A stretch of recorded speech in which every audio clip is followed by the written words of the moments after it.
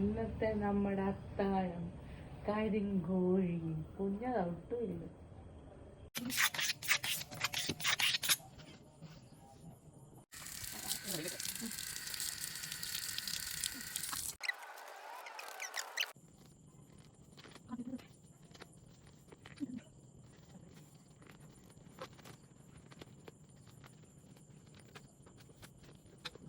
Hi guys, എന്നെ പറ്റിച്ചു.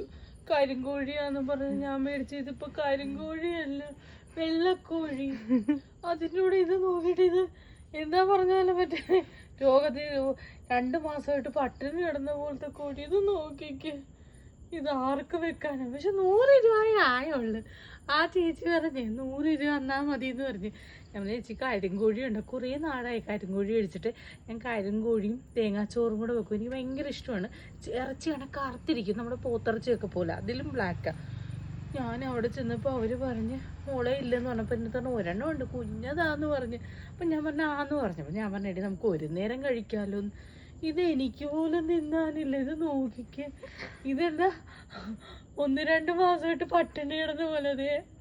ഇത് ഞാൻ അതിനെ വെള്ളം കൊടുത്ത് അതിനെ കൊന്ന് ഇതെന്ത് ചെയ്ത് ആർക്കും ഞാൻ കൊടുക്കും കറി വെച്ച്.